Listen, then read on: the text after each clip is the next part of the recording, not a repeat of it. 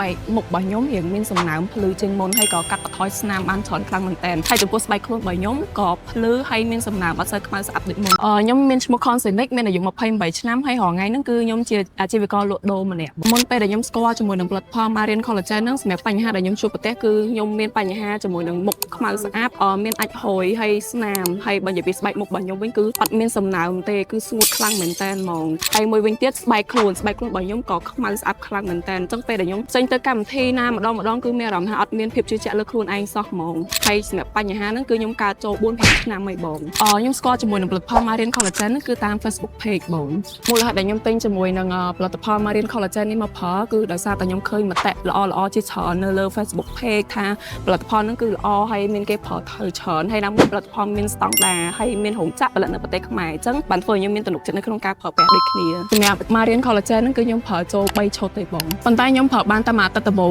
គឺឃើញស្បែកខ្លួនឯងមានអារម្មណ៍ថាប្លែកលឿនមែនតើបងឃើញផលត្រឹមរយៈពេលមួយអាទិត្យដំបូងហ្មង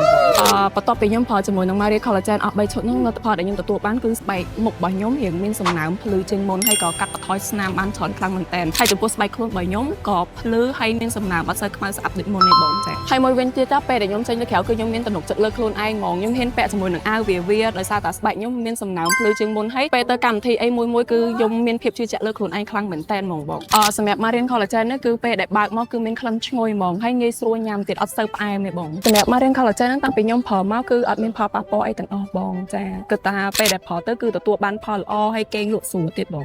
សម្រាប់ខ្ញុំបើសិនជាខ្ញុំមានមិត្តភក្តិឬក៏អ្នកស្គាល់គ្នាដែលគាត់មានបញ្ហាដូចខ្ញុំប្រកាសជាណែនាំឲ្យគាត់ប្រើជាមួយនឹង Marian Collagen នេះដូចគ្នាបងដោយសារតែខ្ញុំប្រើទៅទទួលបានផលប៉ិតបងចាបងសម្រាប់ផលិតផល Marian Collagen នេះគឺខ្ញុំនៅតែបន្តប្រើប្រាស់ជារៀងរាល់ថ្ងៃគឺអត់ដែលខានទេបងដោយសារតែយើងប្រើជាមួយនឹងផលិតផលនេះបានផលហើយគឺអត់អាចចោលផលិតផលល្អបានបងជាចុងក្រោយគឺខ្ញុំអរគុណទៅកាន់ Marian Collagen ខ្លាំងមែនទែនដែលជួយធ្វើឲ្យសុខភាពរបស់ខ្ញុំល្អប្រសើរជាងមុនក៏ដូចជាធ្វើឲ្យសម្រស់និងស្បែករបស់ខ្ញុំល្អភ្លឺស្អាតជាងមុនហើយអរគុណខ្លាំងមែនទែន Marian Collagen ចង់បានសម្រស់ក្មេងជាងវ័យត្រូវញ៉ាំ Collagen សកាត្រីសមុទ្រទឹកជ្រៅ